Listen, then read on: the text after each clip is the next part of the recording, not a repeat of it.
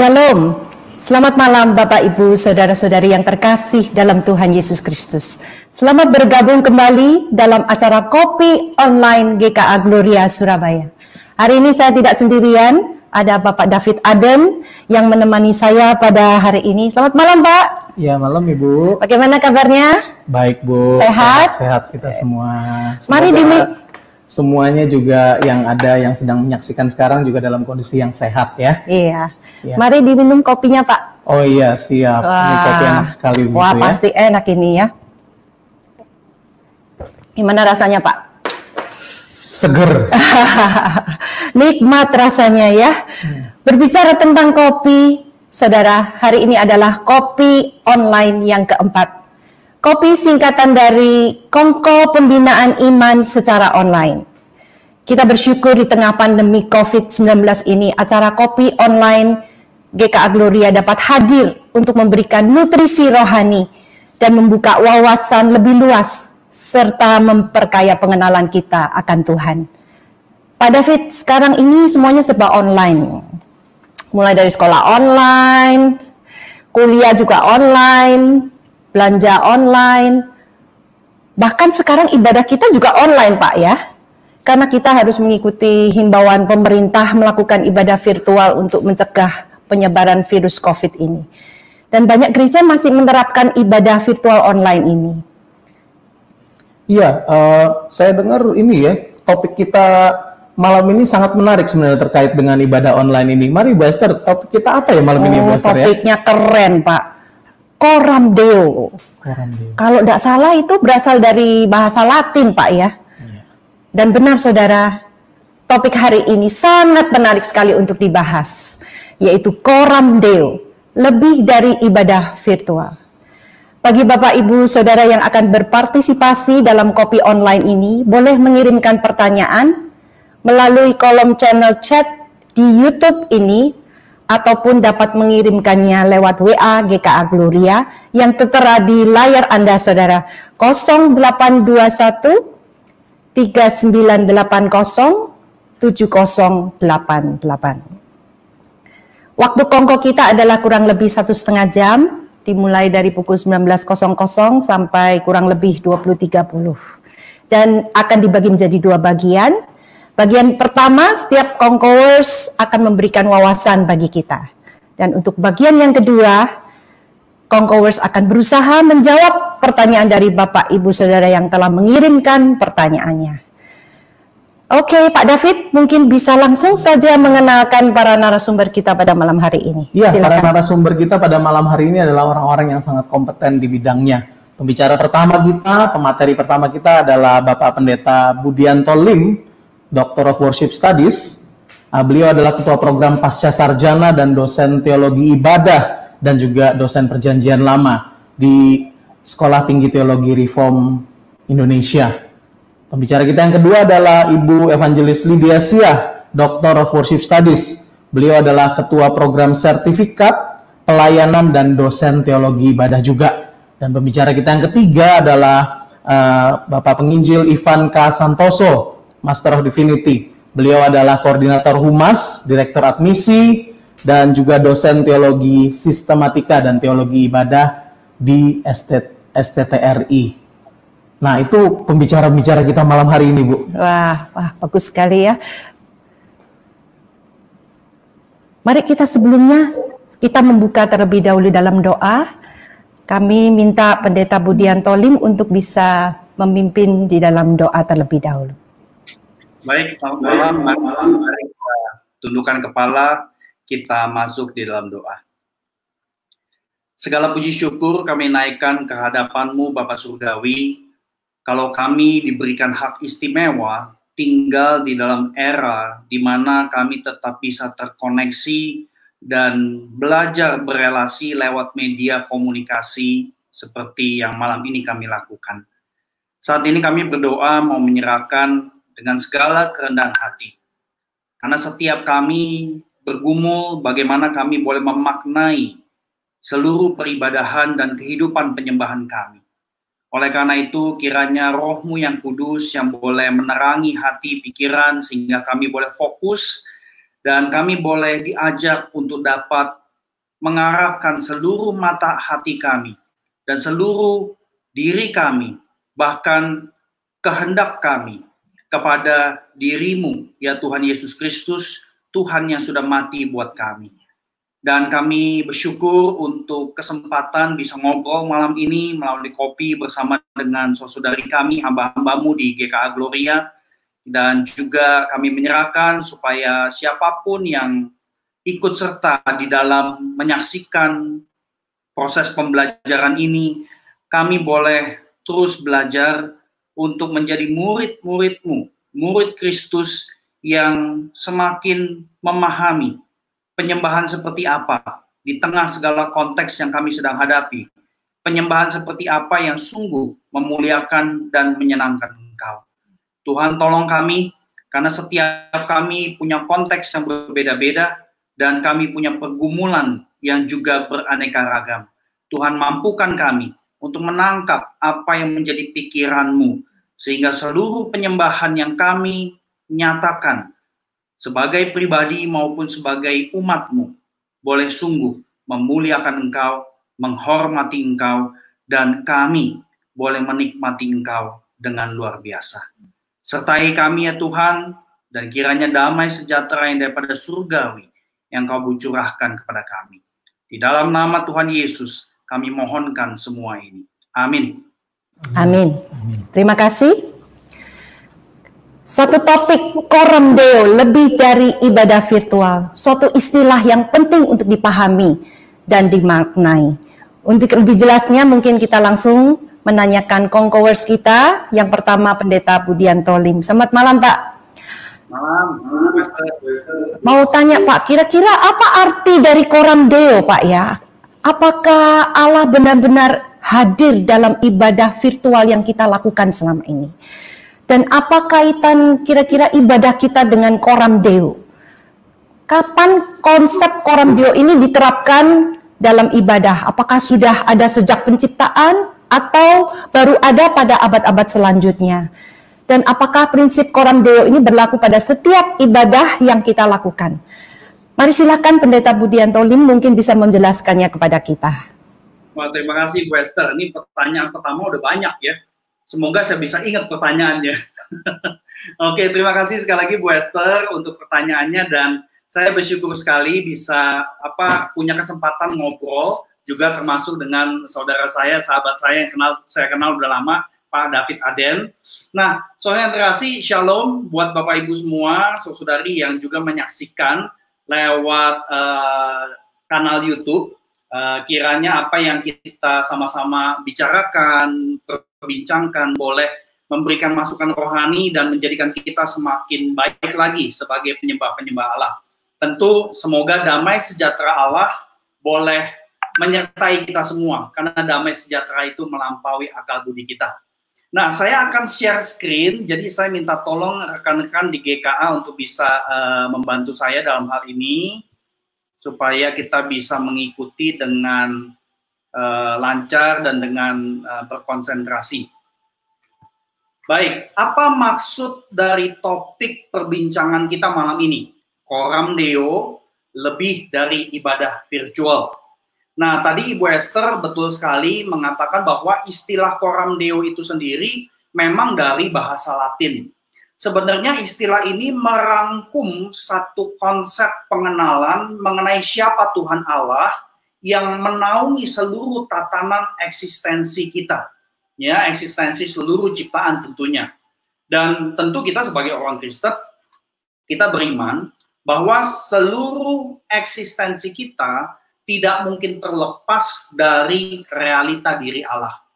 Berarti kehidupan penyembahan kita juga tercakup di dalam eksistensi tersebut. Bahkan seluruh tujuan eksistensi kita adalah menyembah Allah yang menciptakan kita, yang menebus kita, dan yang tidak pernah meninggalkan kita sebagai yatim piatu, karena kita dikaruniai Roh Kudus. Nah, saudara yang terkasih, ini menarik sekali.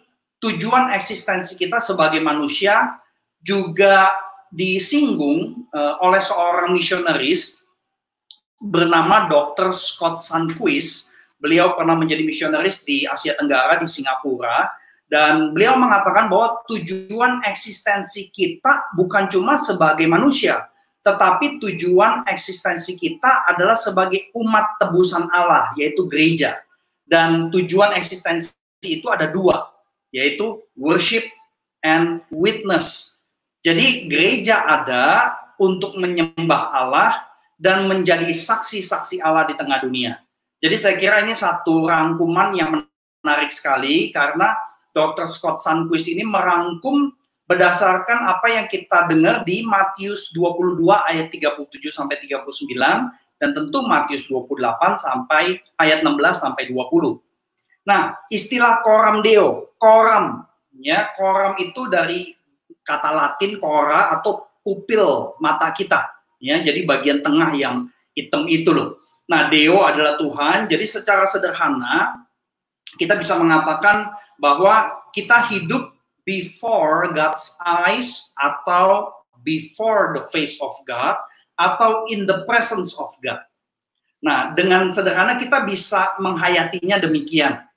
Ketika kita kerjakan tindakan-tindakan ibadah, apakah itu ibadah virtual, online, live streaming, atau rekaman, atau ibadah konvensional di gedung gereja, atau campuran keduanya, kita perlu lakukan semua tindakan ibadah itu dengan kesadaran bahwa segala motivasi, pikiran, perilaku selalu berada di hadapan hadirat Allah atau di depan wajah Allah.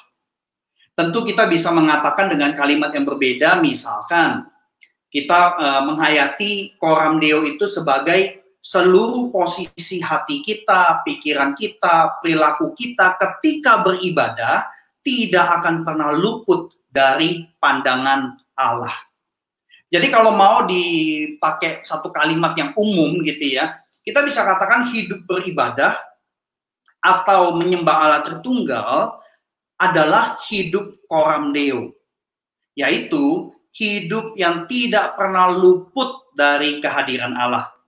Dan tentu kita menghayati dan mengimani kehadiran Allah ini tidak dibelenggu oleh waktu, ya, tidak dibelenggu oleh waktu, sebab Ia adalah pencipta dimensi waktu.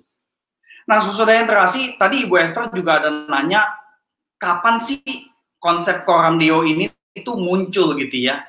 Nah, saya menemukan bahwa konsep coram Deo ini pernah muncul di dalam salah satu tulisan bapak-bapak gereja, yaitu Justin Martyr, di bab 12 di dalam dokumen The First Apology. Jadi ini dokumen untuk membela iman Kristen gitu ya. Ada satu bab, yaitu bab 12, yang mengatakan bahwa orang-orang Kristen itu hidup seperti di bawah matanya Allah, ya, atau di bawah pandangan Allah. Jadi di abad 2 Masehi itu sudah muncul konsep seperti ini. Nah, tentu saudara yang terkasih, mayoritas orang Kristen tahu kebenaran bahwa kita hidup di hadapan hadirat Allah. Tapi masalahnya, semua orang Kristen bergumul mewujudkannya, mempraktekkannya, mengkonkretkannya setiap hari. Nah, kita percaya secara kognitif sebagai pengetahuan iman. Tapi banyak dari kita, orang Kristen, juga kesulitan mengadaptasi kebenaran itu supaya mengubah sikap kita, khususnya waktu ibadah. Nah, ada seorang hamba Tuhan yang juga mengatakan seperti ini, saudara yang terkasih. Pengakuan iman kita yang formal itu solid, kuat, kokoh. Ya, kerusakannya terjadi, yaitu di dalam kelakuan kita. Ya, kelakuan kita itu tidak mencerminkan pengakuan iman tersebut. Nah, atau di dalam dunia kita sekarang abad 21 ada seorang penulis lain yang mengatakan bahwa banyak orang Kristen itu sebenarnya adalah Christian atheist. Percaya pada Tuhan, tetapi hidup seolah-olah Tuhan kagak ada. Nah, tentu kita bisa mengkaitkan perataan-perataan seperti ini di dalam konteks peribadahan kita. Ada satu contoh yang cukup menarik di dalam konteks kita sekarang di tengah pandemi. Ya. Saya mendengar obrolan bersama dengan rekan-rekan hamba Tuhan, pelayan ibadah. Ada gereja yang tidak nyaman ibadah dengan YouTube rekaman. Karena feel-nya beda dibandingkan dengan ibadah live streaming, real time. Seolah-olah live streaming, real time, lebih baik, lebih bagus kadarnya daripada ibadah yang rekaman. Nah, kalau udah ngomong pakai feeling memang susah ya Sobat Interaksi ya, karena feeling setiap orang bisa beda-beda. Nah, ada juga gereja yang memilih pakai rekaman dan kemudian berkata, kalau pakai rekaman masih bisa diulang kalau sampai salah, karena mau memberikan yang terbaik dalam ibadah. Kalau live, udah gitu salah, udah gitu putus di tengah jalan, maka rusak semua. Nah, Sobat Interaksi, ini yang kita saksikan di dalam realita kita sekarang. Ada perbincangan seputar itu. Nah, Sobat Interaksi, Allah hadir bagi kita umatnya, dan kehadirannya tidak dibatasi apakah ibadah itu live atau recording. Apakah ibadah itu di rumah atau di gedung gereja. Jadi mari jangan kita lupa bahwa Allah sudah janji hadir di tengah umatnya. Dan Allah tidak akan ingkar janji. Jadi media komunikasi yang kita gunakan itu adalah media. Nah, hidup Coram Deo kita bisa hayati melalui 3 aspek utama. Yaitu ada 3 hal. Hidup menikmati diri Allah dalam segala sikon yang kita hadapi. Kemudian yang kedua, hidup menghormati otoritas Allah, bahkan dalam realita hidup yang kita anggap tidak terlalu menyenangkan. Dan terakhir, hidup memuliakan Allah dalam seluruh aspeknya. Nah, ibadah dengan kesadaran Coram Deo ini yang kami coba capture dalam logo Coram Deo Worship Center and Studies. Ini adalah sebuah pelayanan pengabdian masyarakat dari STT Reform Indonesia untuk pelayanan ibadah. Tentu ini masih baru sekali, jadi masih perlu waktu untuk terus berkembang. Semoga saudari berkenan mendoakannya. Nah, motivasi tersembunyi dari hati manusia itu tidak sulit dijangkau oleh pandangan Allah. Makanya logo Coram Deo itu kalau saudara-saudari perhatikan itu seperti mata, ya, seperti mata yang sedang menyaksikan kita. Dan kita di situ digambarkan lewat logo orang-orang kecil yang gesturnya beda-beda itu. Ya, jadi ini satu hal yang sangat-sangat penting sekali. Oleh karena itu, Sobat Interaksi, untuk bisa mewujudkan hidup penyembahan berdasarkan prinsip Coram Deo, terjadi lewat apa? Lewat hidup dalam integritas iman. Simpelnya saya kira kita semua sudah tahu Kolose 3, lakukan segala sesuatu seperti untuk Tuhan. 1 Korintus 10:31b, lakukan semua untuk kemuliaan Allah. Kita tahu prinsip dari 2 ayat tersebut. Hiduplah berintegritas, yaitu hidup yang integrated. Kalau kita lakukan pekerjaan, buka usaha, urusan rumah tangga dengan kesadaran Coram Deo, maka disitulah kita beribadah. Demikian juga kita yang terlibat dalam pelayanan ibadah, ya, ibadah ritual, baik itu rekaman atau live, atau pelayanan-pelayanan diakonia atau pelayanan lainnya. Jangan pernah kita lupa bahwa semua motivasi dan sikap kita itu ada di hadapan wajah Allah. Jadi hidup ibadah Kristen yang sesungguhnya itu adalah hidup yang dijalani tanpa memisah-misah, religius, non-religius, kemudian rohani, non-rohani. Karena hidup Coram Deo adalah hidup rohania. Tidak ada satu jengkal dalam eksistensi hidup kita yang tidak diklaim oleh Tuhan Yesus Kristus sebagai miliknya. Itu menurut perkataan Abraham Kuyper.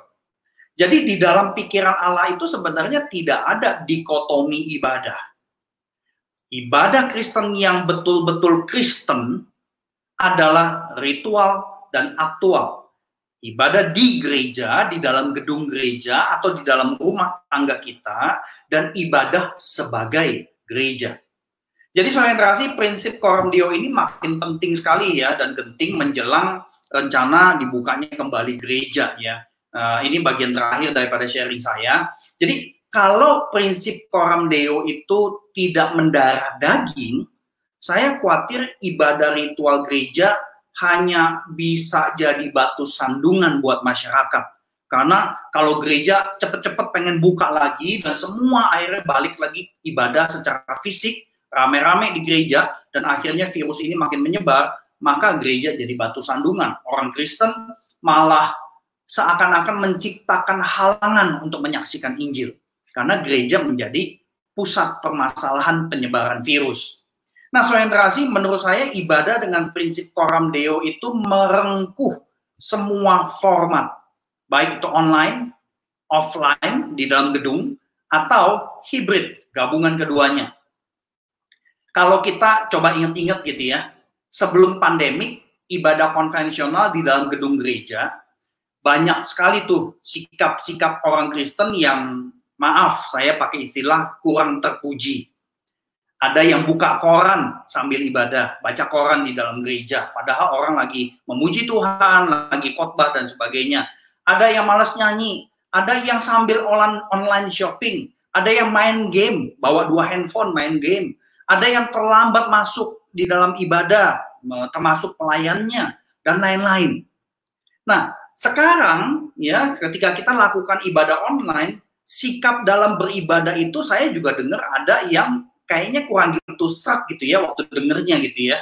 Misalkan ibadah baru jalan 20 menit langsung ganti channel YouTube, cari gereja lain. Ya, ini banyak terjadi juga nih.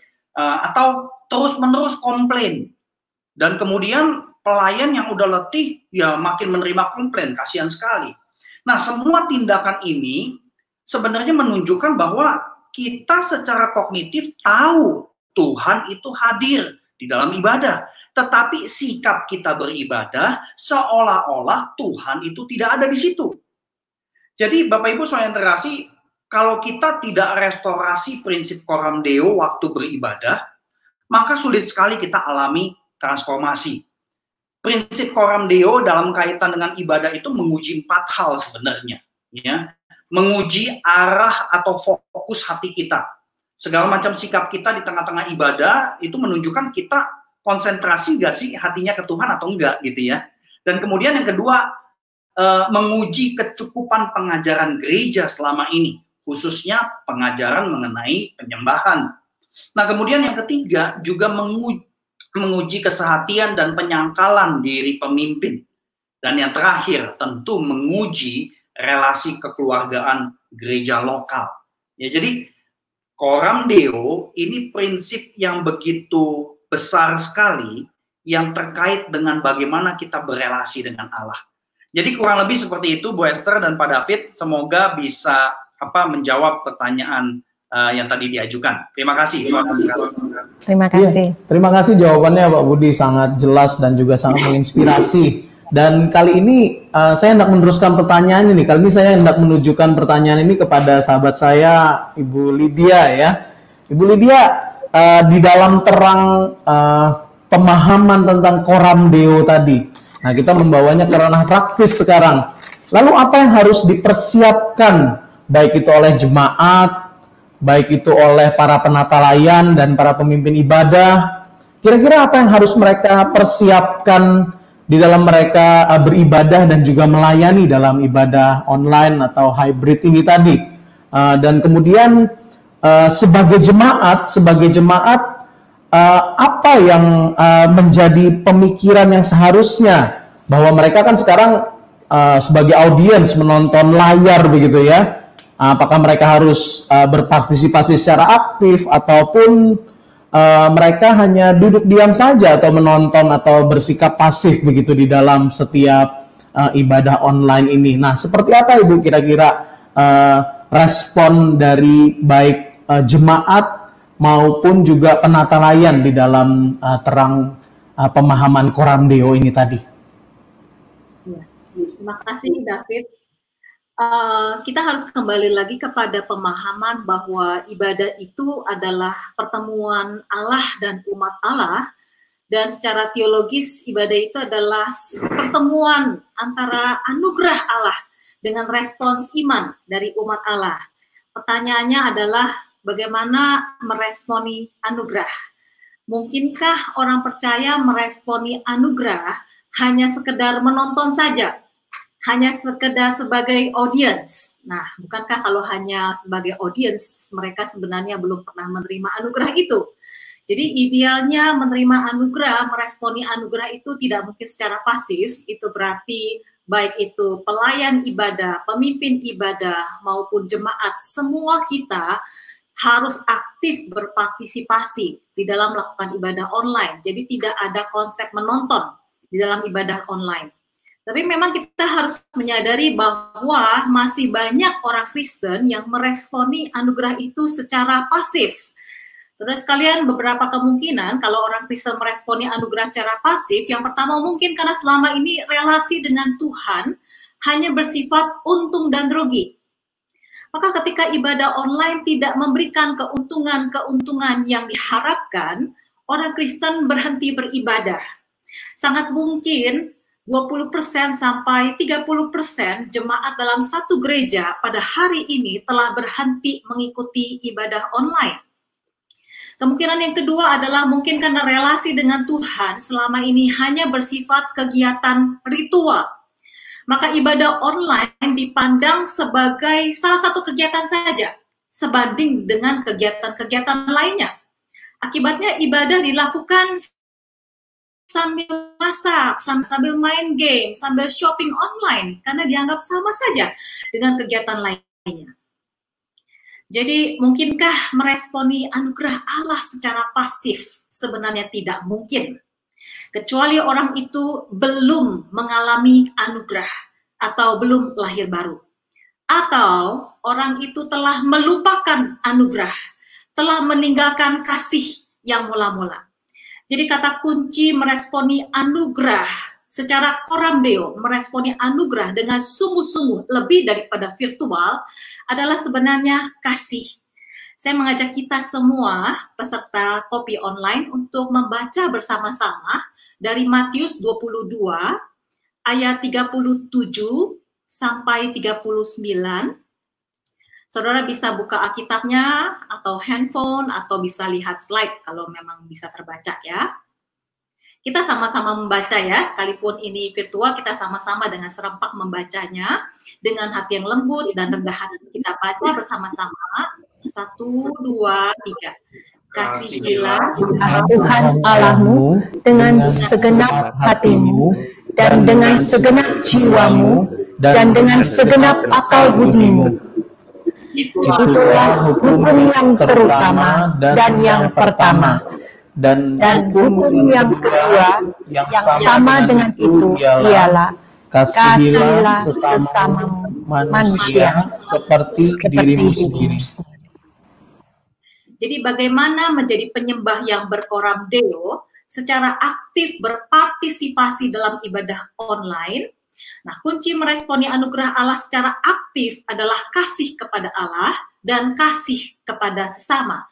Jadi saya akan memberikan contoh-contoh konkretnya. Yang pertama, kasih kepada Allah.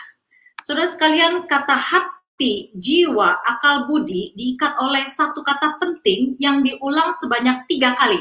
Apakah itu? Kata segenap, ya, artinya utuh, menyeluruh. Beribadah karena mengasihi Allah secara utuh berarti mengasihi Allah mulai dari persiapan, pelaksanaan, sampai penyelesaian ibadah. Nah, bagaimana beribadah karena mengasihi Allah dalam new normal? Mulai dari persiapan. Sebelum COVID, jemaat kebaktian suka telat.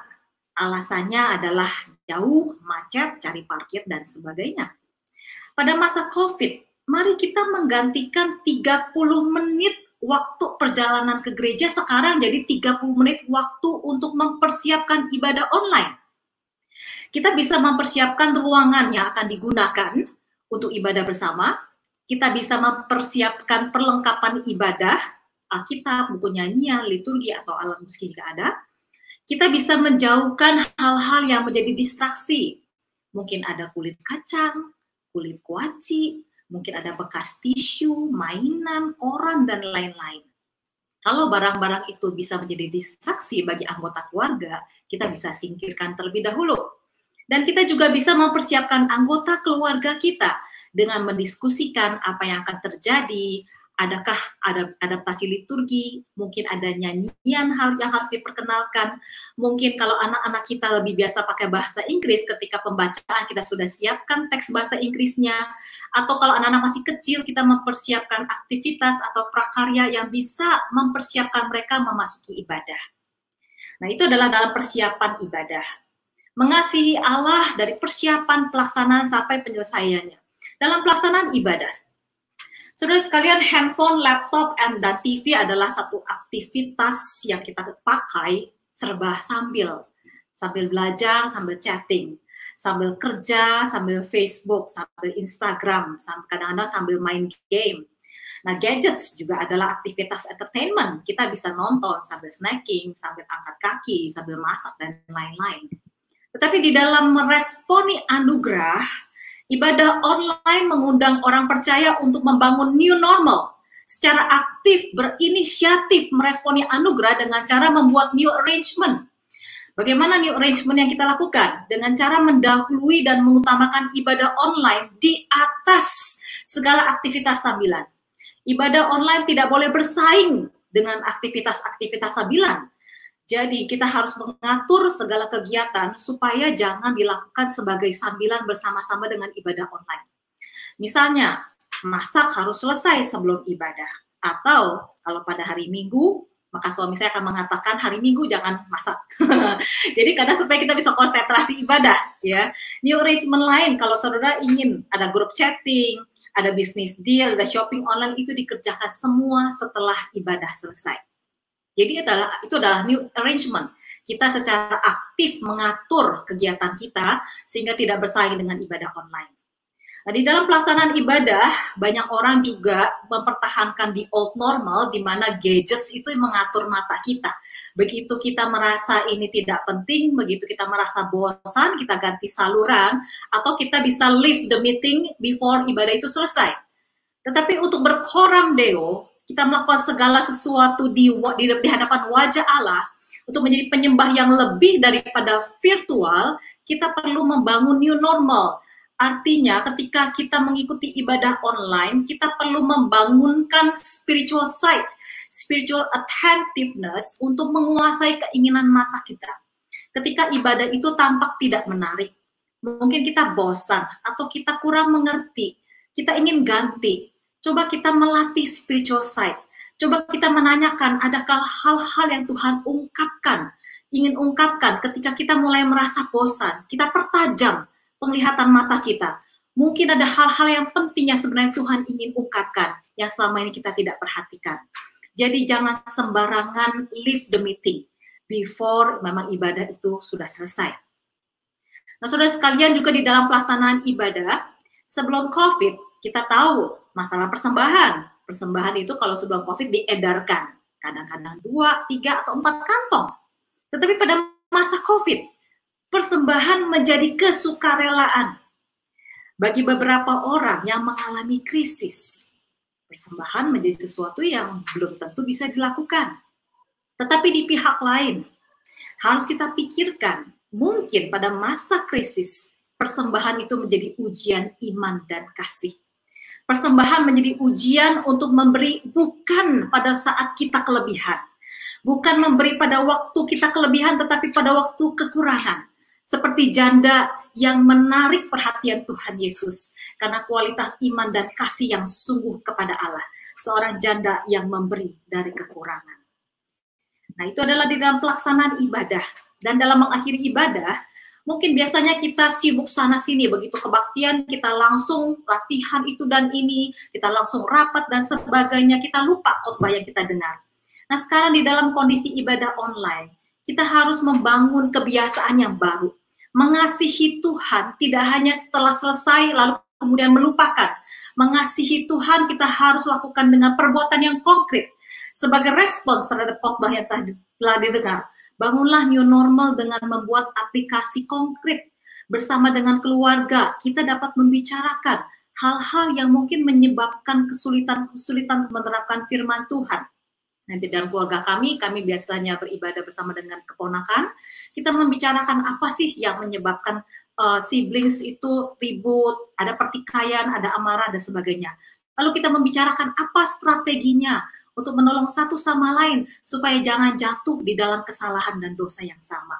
Jadi itu adalah bentuk kasih yang utuh kepada Allah. Menyelesaikan ibadah, mendengarkan khotbah, kita responi dengan perbuatan-perbuatan yang konkret. Saya yakin itu adalah kehidupan yang coram deo, menyelesaikan ibadah di hadapan Allah dan menunaikan tanggung jawab kita untuk meresponi khotbah secara konkret. Nah, itu adalah kasih kepada Allah. Yang kedua adalah kasih kepada sesama. Saudara sekalian, kasih kepada Allah adalah sama dengan kasih kepada sesama. Tuhan Yesus menyebut frase yang sama dengan itu. Dan Yohanes, murid Tuhan Yesus, mengkalimatkan frase yang sama dengan itu dalam suratnya yang pertama. Saya akan bacakan ayatnya, slide yang selanjutnya. 1 Yohanes 4 ayat 20b, dituliskan, barang siapa tidak mengasihi saudaranya yang dilihatnya, tidak mungkin mengasihi Allah yang tidak dilihatnya. Jadi tidak mengasihi sesama, sama dengan tidak mengasihi Allah. Kasih kepada sesama mengandung komitmen untuk melakukan perbuatan yang membangun sesama. Mungkin sebelum COVID, suami istri tidak punya waktu untuk komunikasi. Perjalanan ke kantor bolak-balik sudah makan waktu 2 jam. Tetapi saat COVID, waktu 2 jam yang biasanya habis di jalan bisa menjadi new normal untuk membangun new communication. Kita bisa jadwalkan waktu berangkat kantor yang 1 jam itu justru di rumah untuk saling mendengarkan, saling membantu meringankan beban pekerjaan atau beban pikiran. Dan jadwalkan waktu pulang kantor yang 1 jam itu di rumah untuk saling mendengarkan dan mengafirmasi dan berterima kasih untuk hal-hal yang telah dikerjakan oleh pasangan. Saudara sekalian, kita harus ingat di dalam Efesus 5, kasih suami istri adalah refleksi kasih Kristus dan gereja. Alangkah ajaibnya bahwa Kristus mempercayakan misteri kasihnya kepada gereja untuk diperlihatkan dalam kasih suami dan istri. Dan ini adalah menjadi PR kita bersama di dalam new normal. Kasih kepada sesama juga ditunjukkan dalam komitmen untuk membangun anggota keluarga kita dalam kerohanian. Berdasarkan kasih kepada anggota keluarga, kita mengutamakan kerohanian kita, maka kita selalu bisa mengadaptasi liturgi, nyanyian, atau bahasa yang digunakan, atau mode berpartisipasi, atau mode bagaimana meresponi khotbah. Sebelum COVID, saudara sekalian, satu keluarga bisa kebaktian di gereja yang berbeda, di ruangan yang berbeda, liturgi dan musik yang berbeda, bahkan bahasa masing-masing. Di dalam satu atap, kita mempunyai cara bahasa liturgi ibadah yang berbeda. Tetapi pada masa COVID, kita ditempatkan berada dalam satu atap, dan kita bisa membangun new normal, kita bisa mulai belajar bahasa anggota keluarga kita. Kita mulai belajar liturgi yang dapat masuk dengan anggota keluarga kita, nyanyian bahasa yang bisa mengakomodasi anggota keluarga kita. Kita bisa melakukan saling bagaimana saya belajar bahasa dan sebagainya. Nah, di dalam konteks komunitas jemaat, sebelum COVID, jemaat hanya menyapa orang yang dikenal. Namun pada masa COVID, melalui ibadah online, jemaat bisa diundang untuk saling menyapa, mungkin melalui kolom live chat. Sebelumnya hanya menyapa orang yang dikenal kan, tapi di dalam kolom live chat, everyone bisa menerima sapaan saudara. Mungkin 15 menit sebelum ibadah, atau saat membagikan salam, jemaat bisa diundang untuk menulis kalimat-kalimat yang menyemangati satu sama lain, atau membagikan ayat yang menguatkan selama seminggu. Gereja juga bisa mengupdate kebutuhan bersama, misalnya kebutuhan pelayanan ibadah online, kebutuhan sembako, doa syafaat untuk jemaat yang sakit, kehilangan pekerjaan, dan sebagainya. Jadi masa COVID ini adalah kesempatan emas untuk membangun new and richer kind of fellowship dan new community living, karena kita boleh terbuka untuk bisa mengenal orang-orang lain yang sebelumnya kita tidak pernah mengenal sebelumnya. Terakhir, pemimpin rohani harus mengobarkan kualitas kasih. Yang pertama, kasih kepada Allah. Sebelum COVID, hamba Tuhan, majelis, pengurus, semua sibuk rapat sampai pagi, tidak ada waktu untuk Tuhan. Hari Senin pun dipakai untuk rapat, untuk besuk dan lain-lain. Pada masa COVID, pemimpin rohani semua diam di rumah. Harus mulai belajar mengobarkan kasih mula-mula kepada Tuhan. Jatuh cinta kembali kepada firman Tuhan. Sudah di rumah hanya punya Alkitab, masa kita mau sibuk-sibuk masih tidak ada waktu buat Tuhan? Saudara sekalian, masa COVID ini banyak domba ibadah online gereja lain untuk dengar khotbah yang sulit, khotbah yang solid. Dan memang pada masa COVID ini domba-domba itu haus akan guidance. Apa sih yang terjadi? Sampai kapan sih? Bagaimana kalau saya mengalami krisis? Mereka ingin mendengarkan nasihat-nasihat, advice yang solid dari firman Tuhan.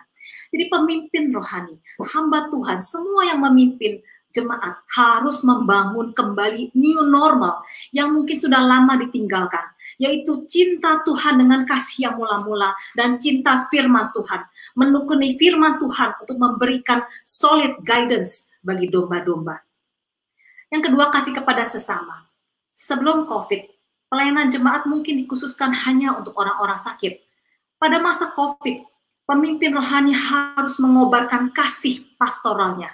Harus ada sapaan gembala, pembina, majelis setiap minggu untuk update segala kondisi keseluruhan jemaat. Pemimpin rohani harus membangun new normal, yaitu proaktif menelpon jemaat, memberikan bantuan khusus bagi mereka yang kehilangan pekerjaan, disertai juga dengan penyediaan sembako. Dan lebih jauh lagi, pemimpin rohani harus menjadi model berpegang tangan satu sama lain. Mari kita runtuhkan tembok-tembok komisi. Pembina-pembina membangun new normal dengan bekerja sama satu sama lain. Mungkin dengan menyusun liturgi ibadah keluarga yang bersifat intergenerasi. Kesehatian pembina menjadi model kesehatian keluarga. Kiranya kerajaan Allah dibangun melalui new normal yang didasari oleh kasih kepada Allah dan kasih kepada sesama. Ya, terima kasih untuk jawabannya yang sangat mencerahkan, Bu Lydia. Hati saya berkobar-kobar mendengarnya nih, luar biasa. Sebuah keterbatasan justru menjadi sebuah kesempatan bagi kita untuk mengobarkan semangat kita di dalam hidup beriman kepada Tuhan. Ya, kita diingatkan supaya kita bukan hanya yang sudah menerima anugerah, harus aktif, bukan pasif ya. Tapi justru harus bertanggung jawab di hadapan Tuhan. Itu yang benar-benar luar biasa. Kita harus benar-benar berkoram deo itu Pak. Terima kasih Bu Lydia atas pencerahannya. Selanjutnya kita akan membahas apakah ibadah itu mempengaruhi pengenalan kita akan Tuhan. Seperti tadi yang sudah dikatakan, mungkin dalam ibadah virtual online ya, setiap orang mempunyai pilihan untuk jenis ibadah yang dipilih atau gereja mana yang akan mereka pilih sesuai dengan standar. Apa kira-kira dampak positif dan negatifnya dari hal tersebut? Silakan Pak Ivan, mungkin bisa memberikan penjelasannya kepada kita. Ya, terima kasih ya Bu Esther, dan juga salam damai untuk saudara-saudari sekalian dimanapun saudara-saudari sekalian menonton percakapan kami ini. Dan doa saya pada malam hari ini adalah forum kita bersama ini dapat menjadi persekutuan kita, meskipun sangat terbatas bentuknya, tetapi menjadi persekutuan kita bersama-sama. Oke, kembali ke pertanyaan yang ditanyakan oleh Ibu Esther kepada saya, apakah ibadah memengaruhi pengenalan akan Tuhan? Apakah ibadah memengaruhi pengenalan kita akan Tuhan? Jawaban singkat saya, iya, ibadah memengaruhi pengenalan kita akan Tuhan. Nah, tapi pastikan pertanyaan lanjutannya adalah, bagaimana ibadah kita itu memengaruhi pengenalan kita akan Tuhan? Para pakar ibadah biasanya akan mengatakan bahwa ibadah itu formatif sifatnya. Apa itu formatif? Tentunya kata formatif ini merupakan terjemahan harfiah dari kata bahasa Inggris formative. Nah, kata formative di dalamnya mengandung kata form yang artinya bentuk. Sehingga dengan kata lain, ibadah itu formatif dapat dimengerti sebagai ibadah itu membentuk kita yang beribadah itu. Ibadah itu membentuk setiap orang yang berpartisipasi di dalam ibadah tersebut. Baik liturgis, pemusik, maupun jemaat yang menghadirinya. Nah, pertanyaannya membentuk apa?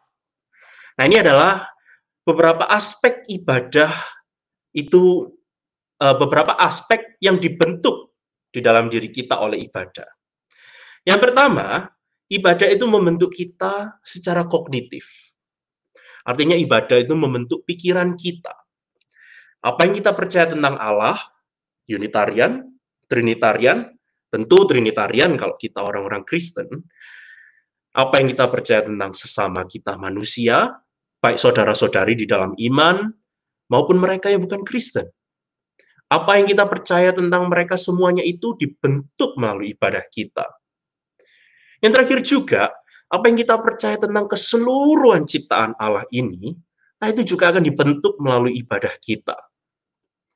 Selain itu, bagaimana Allah berelasi dengan ciptaannya manusia, bagaimana Allah berelasi dengan ciptaannya yang non-manusia. Pemahaman kita akan hal-hal tersebut, itu pun juga akan dibentuk salah satunya melalui ibadah. Jadi hal-hal kognitif, hal-hal yang ada di pikiran kita, salah satunya dibentuk melalui ibadah kita. Dengan kata lain ya, hal-hal yang kita percayai itu kan biasanya kita sebut sebagai hal-hal doktrinal. Nah, doktrin-doktrin ini juga salah satunya kita pelajari melalui ibadah kita. Bukan hanya melalui khotbah-khotbah, bukan hanya melalui Bible study, bukan hanya melalui kelas-kelas pendalaman, tetapi juga melalui ibadah. Jadi satu aspek kognitif kita itu dibentuk oleh ibadah. Namun dua, aspek spiritual kita pun juga dibentuk melalui ibadah. Aspek spiritual itu apa sih? Aspek spiritual kata lainnya kan relasi kita dengan Allah. Spiritual, relasi kita dengan Allah. Nah, relasi kita dengan Allah ini pun juga dibentuk melalui ibadah kita. Jadi ibadah kita itu tidak melulu membentuk kita secara kognitif, tetapi juga membentuk relasi kita dengan Allah. Bukan hanya kita mengerti bahwa kita semua ini adalah anak-anak Allah yang dikasihinya, dan kepada kita ia berkenan, namun relasi kita sebagai anak-anak Allah kepada Bapa kita di sorga itu juga dibentuk, ditransformasi, diubahkan, dan diperdalam melalui ibadah kita. Jadi bagaimana ibadah itu membentuk kita? Ibadah itu membentuk kita secara utuh sebagai manusia. Ibadah itu membentuk aspek kognitif kita. Ibadah itu membentuk aspek spiritual kita, yaitu relasi kita dengan Allah. Ibadah itu membentuk aspek relasi kita dengan sesama kita. Ibadah itu membentuk aspek emosi kita. Dan seterusnya, dan seterusnya. Kita manusia ini adalah makhluk yang kompleks, dengan berbagai macam aspek di dalam dirinya. Kognitif, emosi, spiritual, jasmani. Belum lagi aspek relasi, yang di dalamnya ada bermacam-macam jenis relasi. Dan juga termasuk tentunya aspek kultur atau budaya. Ini semuanya secara sadar atau tidak sadar akan terbentuk melalui ibadah kita. Mungkin pertanyaan yang saudara-saudari akan tanyakan kepada saya, so what? Sehingga apa? Wah, sehingga dengan ibadah itu memiliki kekuatan yang begitu besar untuk membentuk kita. Saya ingin mengajak kita untuk memikirkan ibadah kita itu dengan lebih serius. Sehingga hal-hal yang kita lakukan dan tidak lakukan di dalam ibadah, itu bukan hanya karena alasan-alasan pragmatis semata. Bukan hanya karena alasan-alasan logistik semata. Maksud saya, tentu alasan-alasan pragmatis dan logistik itu tetap perlu dipertimbangkan. Tetapi bukan semata kita menggunakan alasan-alasan tersebut. Kita perlu juga menggunakan lensa alkitabiah untuk memikirkan ibadah kita. Apakah ibadah kita ini sudah sejalan ya dengan Alkitab? Hal-hal yang kita lakukan atau tidak lakukan, apa pesan yang kita sampaikan melalui hal-hal yang kita lakukan? Apakah hal tersebut sudah sejalan dengan Alkitab? Apakah pesan-pesan yang kita sampaikan melalui tidak melakukan hal-hal yang tidak kita lakukan, itu sudah sejalan dengan Alkitab. Kita perlu bertanya apakah hal-hal yang ada di dalam ibadah kita itu memperdalam, mempererat, atau justru merenggangkan, menjauhkan relasi kita dengan Allah sebagai Bapa kita. Apakah ibadah kita itu membuat kita merasakan lebih eratnya relasi kita dengan Yesus sebagai sahabat-sahabatnya.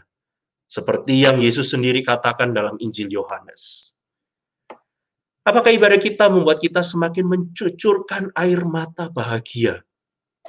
Karena kita melihat betapa dalamnya, betapa luar biasa, betapa misteriusnya kasih Allah yang tak bersyarat itu. Kasih yang hadir menawarkan keselamatan karena anugerahnya semata. Atau sebaliknya, kita merasa Allah adalah Allah yang selalu mengawasi gerak-gerik kita, dan dengan sigap kapan saja akan menangkap bahasa kita ketika kita melakukan dosa. Karena saya melihat waktu kita pada malam hari ini, mungkin saya hanya akan memberikan satu contoh saja bagaimana ibadah itu membentuk kita. Saya ingin waktu kita lebih banyak untuk kita dapat lebih banyak bercakap-cakap bersama.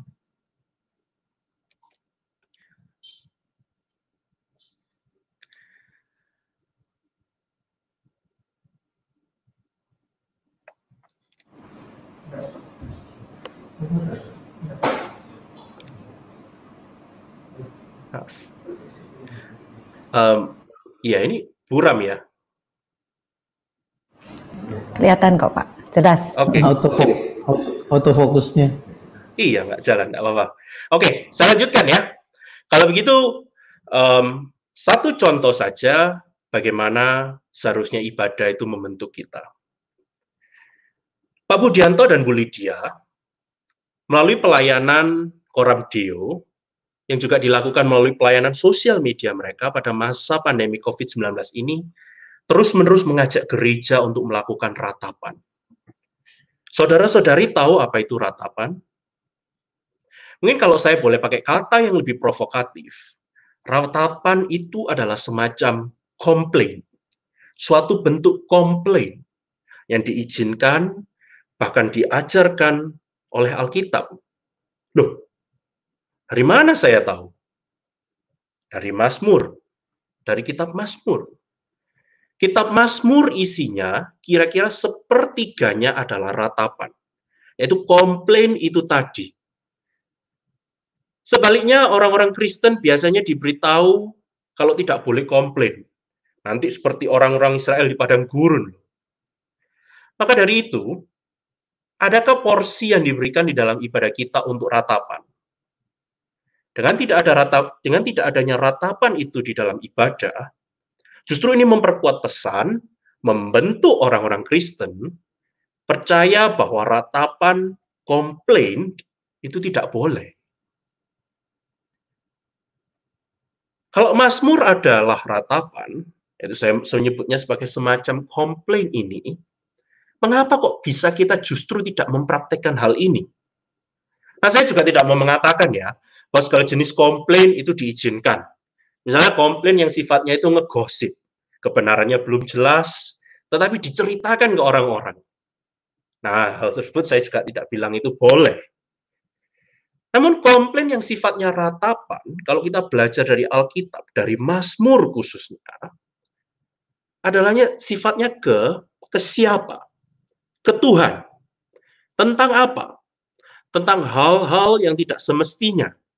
Misalnya, sakit penyakit, ketidakadilan, kekejaman, dan seterusnya, dan seterusnya. Nah, kalau kita melihat ketidakadilan terjadi, masa kita nggak komplain ke Tuhan? Masa kita malah bersyukur, mengatakan, "Kansieju"? Tidak. Kita justru harus marah melihat ketidakadilan, dan komplain agar Allah sendiri yang bekerja memperbaiki ketidakadilan yang terjadi itu. Nah, tentu isu meratap, komplain ini kompleks. Bukan berarti kita komplain, lalu kita tidak melihat Tuhan yang terus menyertai kita di dalam padang yang kelam ini. Cuma hari ini topik kita tidak secara khusus adalah kompleksitas topik ratapan ini. Namun singkatnya saya ingin mengatakan, kalau kita ingin mengajar orang-orang Kristen untuk melakukan komplain yang baik, bagaimana? Apa hal-hal yang selayaknya kita komplain? Dan kalau kita komplain pun bagaimana caranya? Apa yang dikatakan? Singkatnya, untuk mengajar jemaat komplain yang baik, ya dalam waktu ibadah kita perlu ada waktu-waktu untuk ratapan. Misalnya doa-doa ratapan, doa-doa komplain. Bahannya pakai apa? Nanti malah sekali kalau ada doa-doa ratapan, malah ngawur orang yang mendoakan. Bahannya kita belajar yang nomor 1 dari Mazmur. Kita pakai Mazmur ratapan sebagai doa-doa ratapan kita. Mazmur itu seharusnya juga adalah buku doa orang-orang Kristen. Sehingga Mazmur ratapan seharusnya juga adalah doa-doa ratapan orang-orang Kristen. Nanti setelah acara ini, kalau saudara-saudari tidak percaya bahwa kitab Mazmur itu mengizinkan, bahkan mengajarkan meratap, saudara-saudari coba buka Mazmur 88. Mazmur 88 ini adalah salah satu Mazmur ratapan klasik, doa komplain kepada Tuhan. Coba saudara-saudara nanti baca perlahan-lahan dan coba saudara-saudari tanyakan pertanyaan ini. Apakah saya pernah doa komplain seperti ini kepada Tuhan? Kalau saudara-saudara tidak pernah dan malah mengatakan, wow, saya nggak berani doa seperti ini. Sebaliknya, Tuhan justru memberikan kita contoh melalui kitab sucinya, melalui Mazmur, doa komplain kepadanya. Sehingga dengan tidak ada ratapan di dalam ibadah-ibadah kita itu mengomunikasikan kepada orang-orang Kristen bahwa mereka itu tidak boleh meratap. Bolehnya bersyukur atau setidak-tidaknya berserah. Padahal di masa pandemi COVID seperti ini, saya merasa meratap itu sangat diperlukan.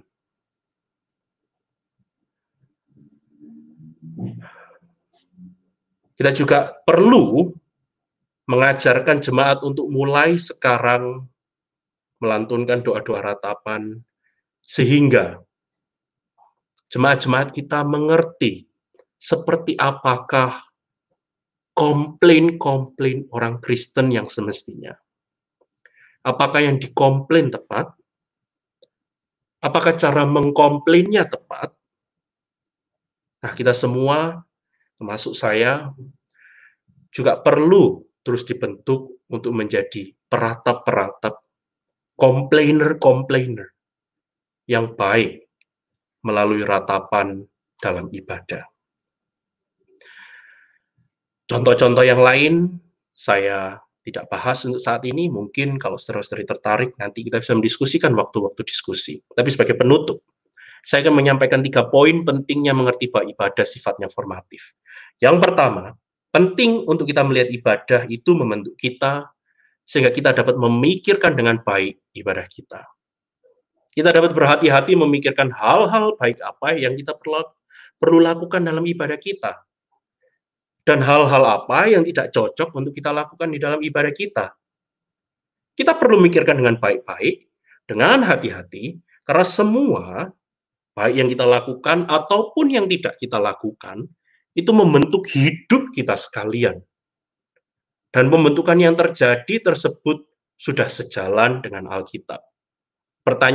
Maksud saya, apakah pembentukan yang terjadi tersebut sudah sejalan dengan Alkitab? Kedua, dengan melihat bahwa ibadah itu membentuk kita tidak serta-merta mencomot praktik-praktik dari gereja sebelah, ataupun mencemooh praktik-praktik dari gereja seberang. Dan yang ketiga, mengerti ibadah dengan lensa seperti ini, membantu kita untuk bertindak dengan wisdom dan discernment. Bergumul dan kebijaksanaan yang lahir dari pergumulan itu. Dan bukan bertindak secara dogmatis. Karena realitanya, tidak banyak hal-hal seputar peribadahan kita yang dikatakan dengan jelas di dalam Alkitab, ini harus dilakukan, itu harus tidak dilakukan. Tidak banyak hal-hal seperti itu juga di dalam Alkitab. Di dalam contoh saya yang tadi saya akan sebutkan, saya mau berbicara tentang ibadah intergenerasi. Meskipun saya merasa praktik ibadah intergenerasi sangat baik dan mendukung praktik tersebut, saya pun tidak akan mengatakan bahwa gereja harus melakukan ibadah intergenerasi. Saya tidak akan mengatakan gereja yang tidak melakukan ibadah intergenerasi artinya sesat. Saya pun tidak akan membuat klaim seperti itu. Karena di dalam Alkitab tidak tertulis dengan jelas apakah harus melakukan ibadah intergenerasi. Tetapi meskipun tidak ditulis seperti itu, seperti yang saya percayai, ibadah intergenerasi itu lebih sejalan dengan pesan-pesan di Alkitab. Nah, implikasi dari poin yang ketiga ini adalah kebalikan dari poin yang kedua.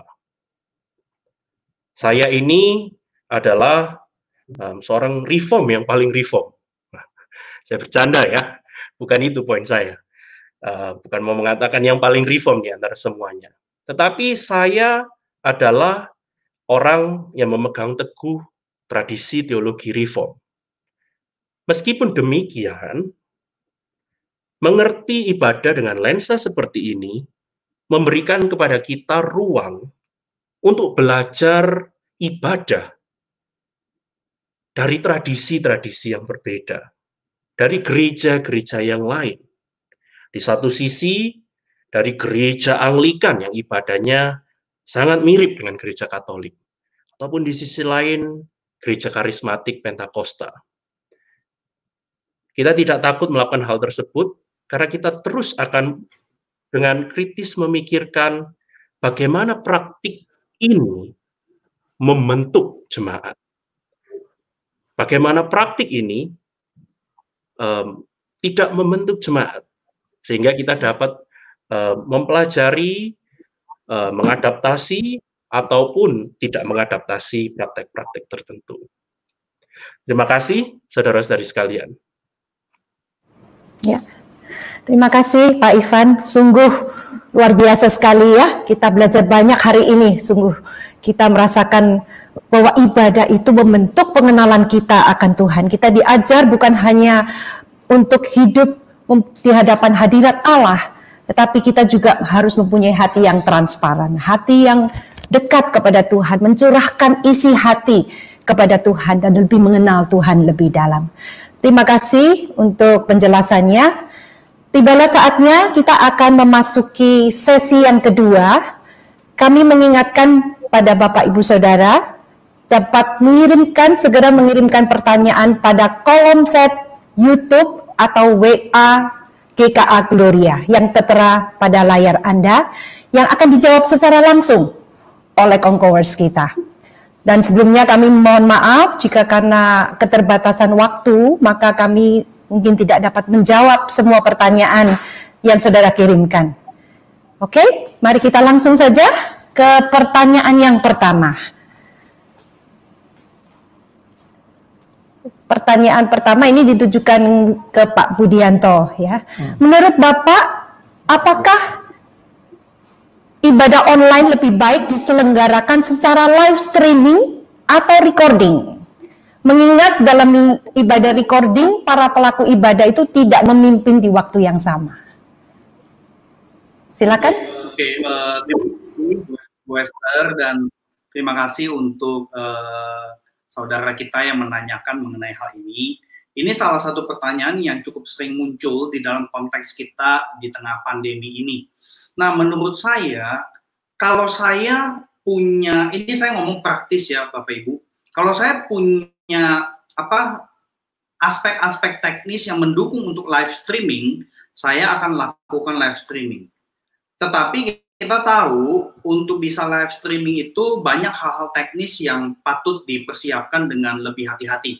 Nah, Tapi saya tidak akan mengatakan bahwa live streaming itu lebih baik daripada rekaman. Rekaman itu seolah-olah karena tidak real time, maka waktunya itu beda dengan jemaat beribadah. Saya kira saya mau menjawab ini dalam konteks secara prinsipil, Tuhan kita itu menembus waktu, ya, masa lalu, sekarang maupun yang akan datang. Jadi jangan kita memperdebatkan mengenai aspek teologis dari sisi live streaming ataupun recording. Memang secara psikologis banyak orang mengatakan feel-nya beda. Ya jelas feel-nya beda. Tetapi kalau kita kembali kepada prinsip coram deo di dalam beribadah, maka kalaupun itu live recording, kalaupun itu sebuah rekaman, saya kira nggak masalah kita mengikuti ibadah sebagai sebuah rekaman. Nah, buat saya sebagai hamba Tuhan yang khotbah direkam, maka saya akan belajar mendengar apa yang saya khotbahkan. Jadi buat saya itu sesuatu yang juga positif. Jadi saya kira itu jawaban saya. Tapi ya kembali kepada prinsip coram deo, saya kira ya Tuhan bisa pakai kedua belah pihak cara ya. Semoga menjawab. Terima kasih. Terima kasih Pak Budianto. Apalagi kita sudah mengerti apa arti coram deo. Tuhan Maha ada dimanapun, kapanpun, kita harus benar-benar setiap saat beribadah di hadapan Tuhan. Terima kasih. Pertanyaan berikutnya adalah Bu Lydia. Ini ditujukan ke Bu Lydia. Jika saya merasa terganggu dengan pola ibadah online yang disajikan oleh gereja saya, apakah salah jika saya mengikuti ibadah gereja lain yang membuat saya lebih mengasihi Tuhan? Silakan Bu Lydia. Saya yakin kalau itu membuat saudara lebih mengasihi Tuhan, itu adalah persembahan di hadapan Tuhan ya. Jadi memang harus secara jujur saya katakan setiap orang memang mempunyai personality dan penangkapan yang berbeda. Ya mungkin pola ibadah online yang dilakukan oleh gereja saudara tidak membangun kerohanian saudara. Jadi kalau saya menjadi jemaat, saya akan mengikuti ibadah online yang memang membangun kerohanian saya harus jujur seperti itu. Tapi tentu saja pada saat yang sama, jikalau memungkinkan, saya juga tetap belajar untuk tidak meninggalkan sama sekali gereja saya. Sedapat mungkin saya juga tetap berkontribusi, mungkin saya sharingkan dengan jujur kesulitan-kesulitan saya. Dan itu satu proses ya untuk kita saling membangun dengan pemimpin gereja ketika kita men-sharingkan pergumulan-pergumulan kita. Jadi saya rasa itu adalah masalah relasi dengan pemimpin gereja, dengan Tuhan, dan kita semua harus berusaha untuk memberikan yang terbaik benar-benar buat di hadapan Tuhan dan di dalam komunitas kita. Itu aja. Ya, terima kasih untuk jawabannya Bu Lydia. Sekarang saya ingin menyampaikan pertanyaan yang ditujukan khusus kepada ini pertanyaan boleh dijawab oleh siapa saja yang mau yang mau menjawab nih ya. Pertanyaan dari Bapak Albert Lai mengenai waktu ibadah, apakah ibadah itu harus dengan waktu yang lama atau dengan waktu yang singkat tapi padat isinya? Nah, ini cukup praktis pertanyaan nih ya. Silakan. Siapa yang mau menjawab ini ya? Bu Dianto atau Bu Lydia? Pak Ivan biar gantian. Apakah ibadah yang lama dan yang singkat padat itu membentuk kerohanian? Ya ini pertanyaan yang susah ya, karena jawaban apapun mungkin akan mengecewakan pihak-pihak tertentu begitu. Tapi mungkin saya berusaha akan menjawab dengan statement seperti ini. Ketika saya studi di Calvin Theological Seminary di Amerika Serikat, ibadah konvensional saya setiap hari Minggu itu 1 jam sudah selesai. Semua selesai 1 jam. Kalau ada perjamuan kudus pun mungkin 1 jam lebih 5 menit, 1 jam lebih 10 menit. Nah, yang saya mau sampaikan melalui poin ini apa? Yang saya mau sampaikan melalui poin ini tentu panjang pendeknya ibadah itu dipengaruhi konteks. Konteks termasuk di dalamnya kultur, budaya. Di Indonesia mungkin kita merasa ibadah yang 1 jam selesai itu ya kurang mantap rasanya gitu. Cuma sebenarnya kalau kita dengan kritis melihat, tentunya kita pasti mengakui bahwa ada ibadah yang pendek, yang baik, tapi juga ada ibadah pendek yang tidak baik. Sama halnya ada ibadah yang panjang dan baik, tapi juga ada ibadah yang panjang yang tidak baik. Terima kasih. Pertanyaan berikutnya, terima kasih untuk jawabannya Pak Ivan. Memang pertanyaan yang sulit yang dijawab dengan sangat taktis ya. Relatif. Ya. Boleh Pak Budi. Pak Budi silakan Pak Budi. Biar lebih seru gitu ya. Kalau menurut saya yang Pak Ivan ngomong itu betul sekali. Ini kultural banget nih kelihatannya. Kayak misalnya contoh kalau kita di Indonesia ya, kita hamba Tuhan, kalau khotbah kurang dari 30 menit, pasti ada yang ngomongin. Seolah-olah kita nggak persiapan. Karena kita di Indonesia, paling tidak di gereja-gereja Tionghoa lah ya, kita itu sudah terbiasa dengan khotbah minimal 40 menit.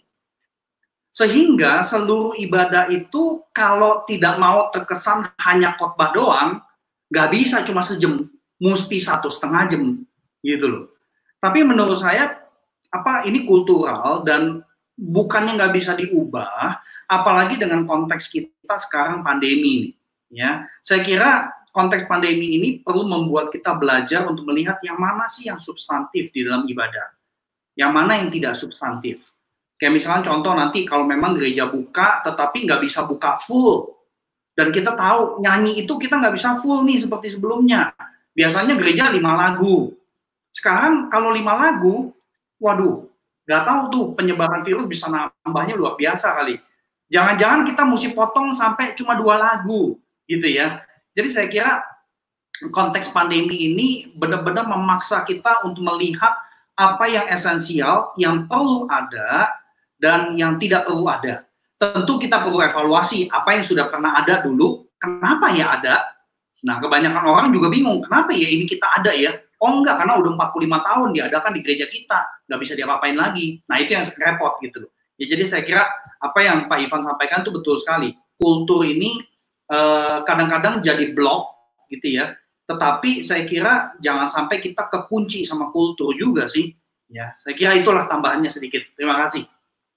Terima kasih untuk tambahannya Pak Budianto. Nah, karena Pak Budianto udah menambahkan tadi ya, saya beri hadiah pertanyaan sekarang ya. Saya beri hadiah pertanyaan berikutnya. Nah, pertanyaan berikutnya ini dari Bapak Pendeta David Kosasi. Pertanyaannya adalah, apakah ada hal-hal yang menentukan ibadah gereja kita, entah online atau offline, sudah memenuhi prinsip Coram Deo? Nah, bisakah kita mengukurnya dari ibadah kita ini? Silakan Pak Budi. Nah, ini pertanyaan baik sekali. Bagaimana kita mengukur, katakanlah GKA atau gereja apapun udah punya nih urutan ibadah seperti apa gitu ya. Kan biasanya kan fourfold ya, berkumpul, kemudian firman, kemudian respons, dan kemudian terakhir pengutusan. Nah, kalau menurut saya, struktur yang paling sederhana yang mencerminkan Coram Deo adalah pernyataan firman itu nggak boleh nggak ada. Dan saya kira hal kedua yang menjadi ukuran bahwa ibadah tersebut sudah mengikuti prinsip Coram Deo adalah jemaat itu dikasih kesempatan untuk merespons, menanggapi baik sebagai pribadi maupun sebagai keluarga atau sebagai komunitas. Jadi saya kira kalau prinsip itu sudah terjadi, maka ibadah itu saya berani mengatakan ibadah Kristiani, ibadah yang menjalankan prinsip Coram Deo. Tentu pernyataan firman yang saya maksud di sini bisa di-unbox lebih detail lagi ya, saudari ya.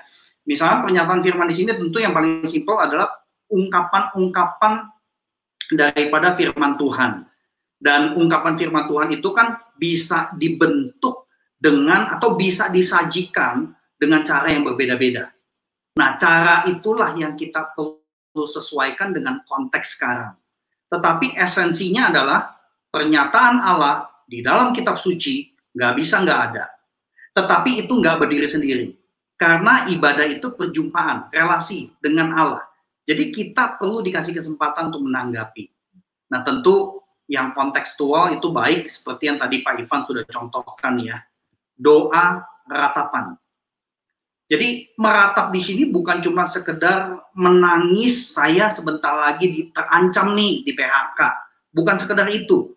Kita boleh meratap akan hal itu. Tetapi kita juga perlu meratap atas apa yang terjadi di dalam dunia kita sekarang.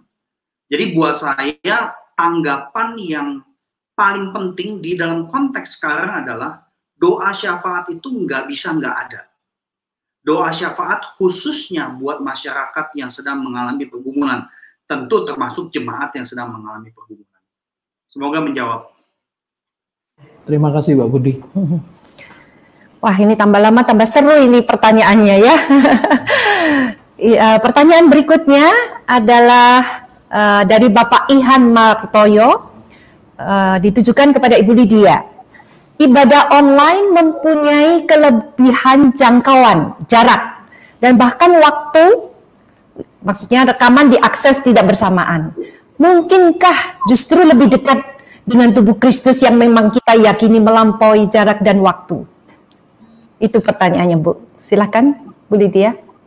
Oke, jadi kalau kita melakukan prinsip Coram Deo, artinya kita sendiri bersedia untuk aktif berpartisipasi, sudah pasti itu akan memperbesar komunitas kita. Jadi kita bisa mengenal orang-orang yang sebelumnya kita nggak kenal, dan pada saat yang sama kita juga mulai bisa menghidupi apa artinya persekutuan yang ya, persekutuan orang kudus, di mana bisa terjadi kita mengenal kemudian orang-orang, para pelayan, hamba Tuhan, di gereja lain, di dunia, bukan dunia lain, tetapi di negara lain gitu loh. Jadi tentu saja ya, itu akan memperluas jangkauan kita dan kita akan belajar sangat banyak. Gitu.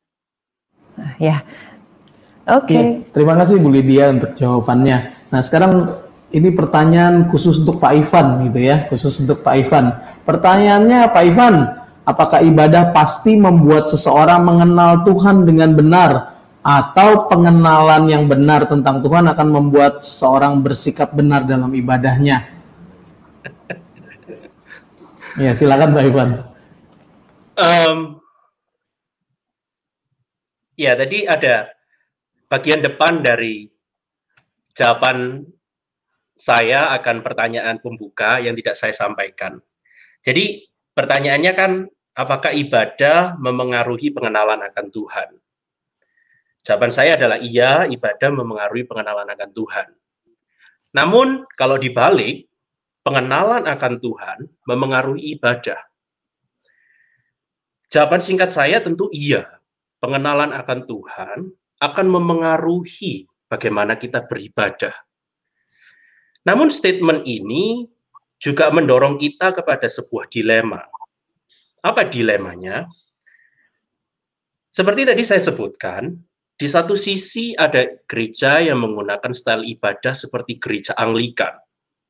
Yang ibadahnya, kalau saudara-saudari tidak tahu, itu mirip sekali dengan gereja Katolik. Sangat khusyuk, semua yang dikatakan di dalam ibadah, termasuk sebagian besar doa-doanya, sudah tertulis di dalam liturginya. Nah, di sisi lain ada gereja Pentakosta karismatik yang tidak ada liturgi tertulisnya biasanya, dan yang menekankan bagaimana ibadah itu ngeflow biasanya. Ya, ini hanya biasanya. Tentu ada pengecualian-pengecualian. Nah, maksud saya memberikan contoh ini adalah, saya rasa di gereja ini, mereka akan mengatakan bahwa mereka menekankan pengenalan akan Tuhan yang benar, gitu. Secara teologi maupun relasi pribadi dengan Tuhan, itu tetap sesuatu. Namun dilemanya adalah tetap bentuk ibadahnya bisa sangat berbeda begitu.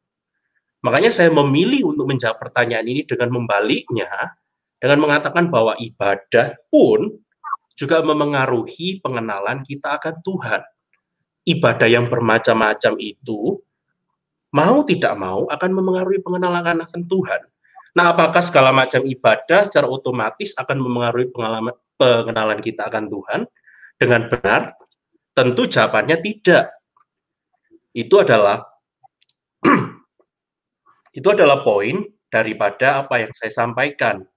butuh mengerti apa yang kita lakukan itu, misalnya hal A gitu ya, bagaimana ini membentuk jemaat? Apa yang kita katakan sebagai pengantar doa pengakuan dosa, apa pesan yang tersampaikan kepada jemaat? Nah, tolak ukurnya dari mana? Tentunya tolak ukurnya adalah dari Alkitab, yang terutama salah satunya. Kalau kita masuk isu praktis, lalu bagaimana kita dapat mengerti tentang praktek A, B, C, D, E, F ini, yang mana yang sesuai dengan Alkitab? Nah, di saat seperti ini, saya ingin mempromosikan rekan-rekan yang sama-sama pakar ibadah di Indonesia misalnya. Selain kami bertiga, misalnya ada penginjil Jimmy dan pendeta Luki yang di GKI Mangga Besar. Bahkan kedua moderator kita di GKA Gloria merupakan orang-orang yang belajar tentang ibadah.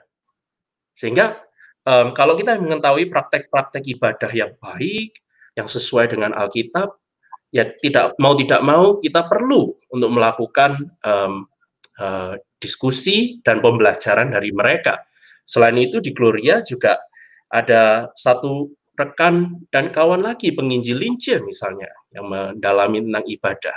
Nah, di saat-saat seperti ini memang jawaban saya mungkin lebih abstrak, tetapi yang konkret adalah mau tidak mau mari kita sama-sama belajar dari rekan mereka yang belajar tentang ibadah gitu. Iya, terima kasih untuk jawabannya Pak Ivan. Pak Ivan, saya akan meneruskan lagi nih pertanyaannya dari Ibu Tuti Ernawati. Nah, ini pertanyaan yang bersifat observasi begitu ya. Menurut Pak Ivan, seberapa efektif sebenarnya sekarang ini ibadah online itu berdampak dalam kehidupan berjemaat? Nah, ini berdampak bagaimana nanti tergantung observasinya Pak Ivan ya. Silakan Pak Ivan. Benar sekali, karena selain berdampak, yang perlu ditanyakan adalah apa yang dimaksud dengan kehidupan berjemaat di situ. Apakah persekutuan ya antara saudara-saudari begitu. Persekutuan pun persekutuan apa? Kuantitas atau kualitas? Seberapa kita mengenal saudara-saudari kita? Seberapa kita benar-benar mengerti pergumulan-pergumulan mereka? Nah, ibadah online sendiri mungkin tidak secara langsung memperdalam persekutuan kita dengan saudara-saudari kita. Mungkin itu perlu diakui. Tetapi masa pandemi COVID ini, di tengah segala hal-hal yang negatif yang terjadi, satu hal positif yang terjadi adalah kita diberikan kesempatan lebih banyak untuk dapat memerhatikan saudara-saudari kita. Bahkan saya mendengar banyak cerita-cerita mereka yang sudah lama tidak kontak, tidak berhubungan dengan satu sama lain. Karena pandemi COVID ini, mereka mendapatkan kesempatan untuk kontak satu dengan yang lain. Bahkan mereka yang dulunya itu generasi atas misalnya, yang tidak dipandang kurang familiar dengan teknologi. Karena pandemi COVID ini mereka belajar teknologi dan sekarang mereka mendapatkan kesempatan untuk dapat kontak dengan sahabat atau saudara-saudari mereka yang tinggal di tempat yang jauh. Namun saya ketika menyampaikan ini saya ingat satu hal. Bagaimana ibadah online ini memiliki dampak kehidupan berjemaat. Saya ingin menekankan satu hal, bahwa ibadah online ini membuat banyak keluarga beribadah online bersama-sama. Dan ibadah online mereka tidak selalu ada di dalam situasi yang ideal. Gitu. Kalau yang mungkin punya ruang keluarga besar, TV besar untuk mengikuti ibadah bersama-sama, mereka dapat dengan baik mengikuti bersama-sama. Namun untuk beberapa keluarga tertentu, mereka harus mengikuti ibadah bersama-sama di kamar yang ukurannya tidak terlalu besar. Atau bahkan mereka harus menggunakan layar laptop saja untuk mengikutinya. Nah, saya melihat ini sebagai kesempatan untuk memperdalam persekutuan di dalam keluarga. Persekutuan intra-family, begitu. Bukan hal yang mudah Tetapi ya ini mungkin tantangan dan doa untuk kita sekalian adalah bagaimana masa ini menjadi kesempatan kita memperdalam persekutuan dengan keluarga, dengan mereka yang kita menjalankan ibadah online itu bersama-sama secara fisik. Terima kasih. Pak Ivan untuk jawabannya. Ya. Berikut selanjutnya adalah pertanyaan untuk Pak Budianto. Pak, apakah ibadah online dapat dikatakan sama dengan ibadah offline di gereja? Jika sama, apakah kelak setelah pandemi berlalu, diizinkan seseorang bisa memilih ibadah offline? Ada beberapa pertanyaan Pak ya, mungkin saya langsung saja supaya bisa langsung dijawab. Terus kemudian ada pertanyaan dari Grace Sofia yang menanyakan, apakah boleh terus ibadah online ini setelah wabah? Saya lebih nyaman online katanya dibanding dengan konvensional. Kemudian ada satu lagi dari Grace Sofia juga. Bukan Joshua. Dari Joshua Delbert. Ya, Coram Deo, nanti kalau COVID-19 sudah berlalu, namun jemaat sudah terbentuk untuk ibadah online. Berarti boleh Coram Deo di rumah atau di luar, begitu maksudnya mungkin ya. Apakah benar mereka tidak mau lagi ibadah offline? Silakan Pak Budianto. Wah, terima kasih nih pertanyaan ini. Ini pertanyaan tricky nih. Nah, Bapak Ibu Saudara terkasih, terima kasih untuk saudara atau saudari kita yang bertanya. Saya kira kita perlu bertanya balik dulu kepada diri kita. Kenapa saya akan memilih ibadah online terus setelah wabah? Ya, nah salah satu tadi diungkapkan lebih nyaman ibadah online. Toh kalau ibadah konvensional datang ke gereja habis ibadah juga pulang gitu ya. Nah saya kira ini menjadi tantangan buat kita.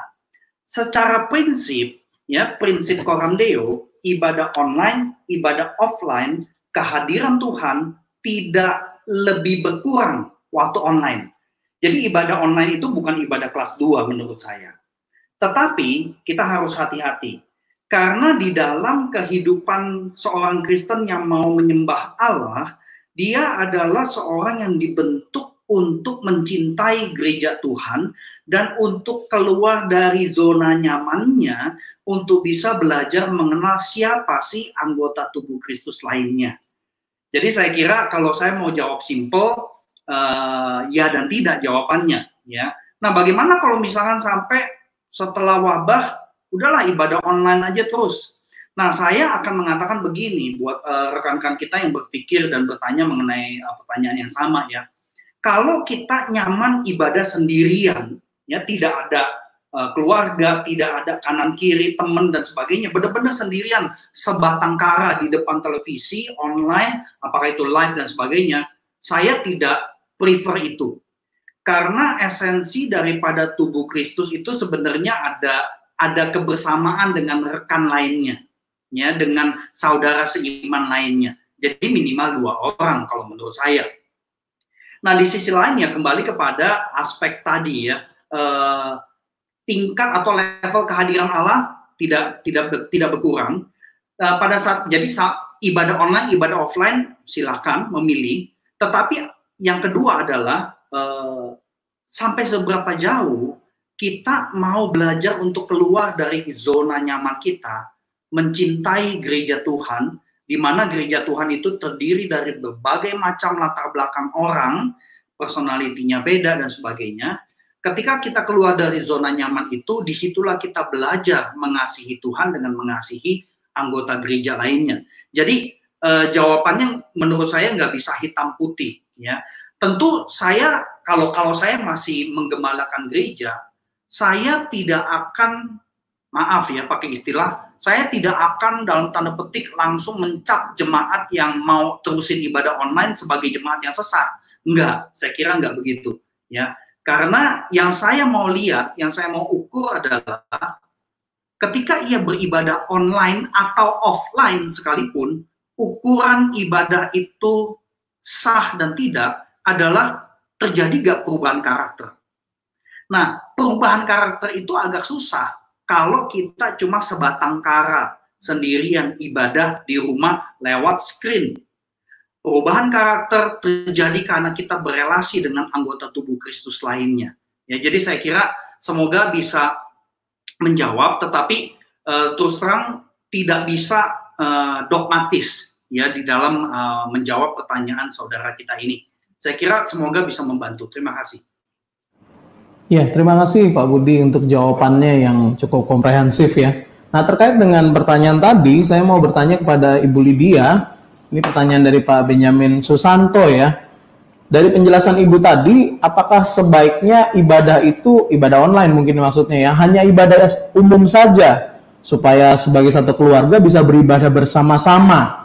Sebab kalau di gereja yang sama masih ada ibadah komisi, seperti ibadah pemuda atau sekolah minggu, mereka tidak bisa beribadah bersama dengan keluarga. Nah, bagaimana menurut pendapat Ibu Lydia tentang hal ini?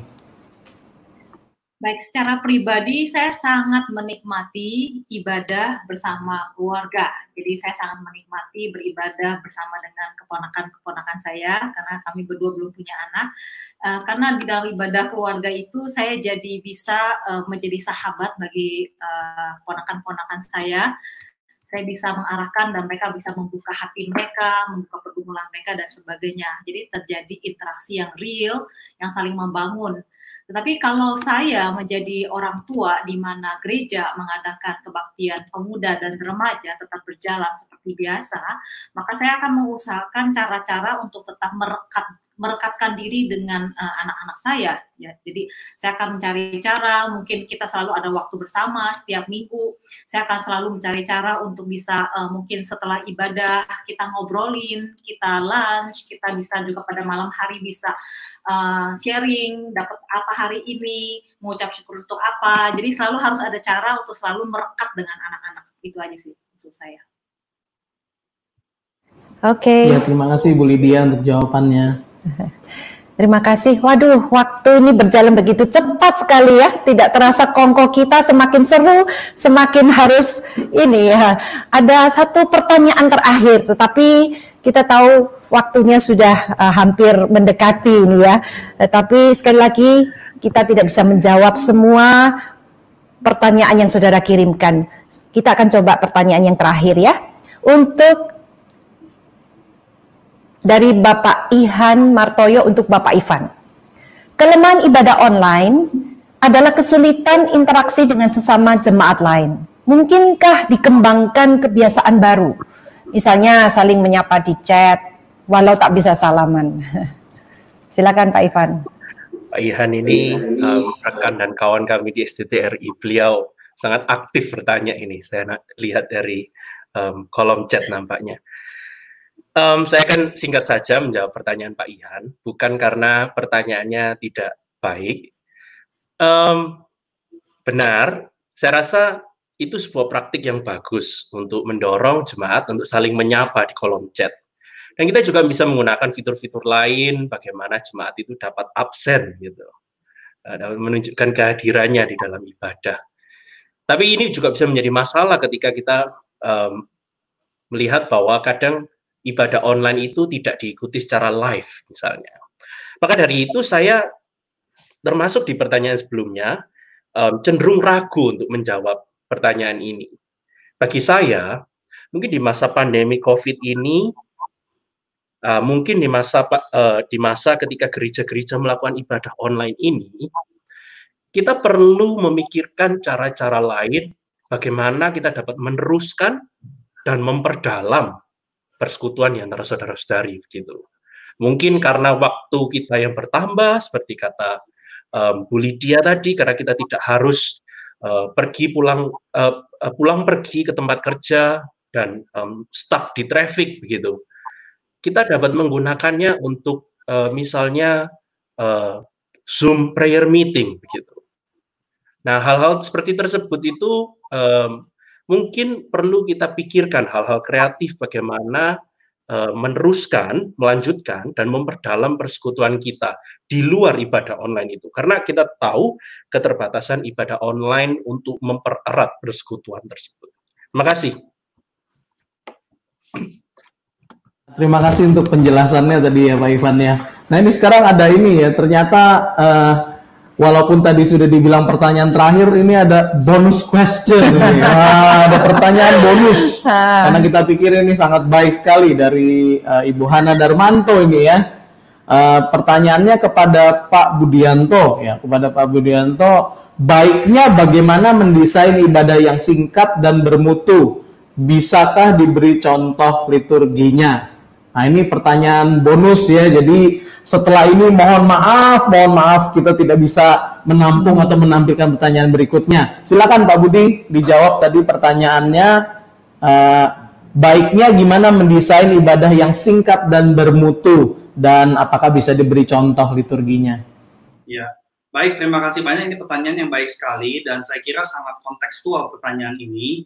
Menurut saya seperti yang saya tampilkan di slide, semoga bisa terlihat, ini adalah struktur ibadah yang menurut saya tidak terlalu panjang, tetapi tidak menghilangkan substansi.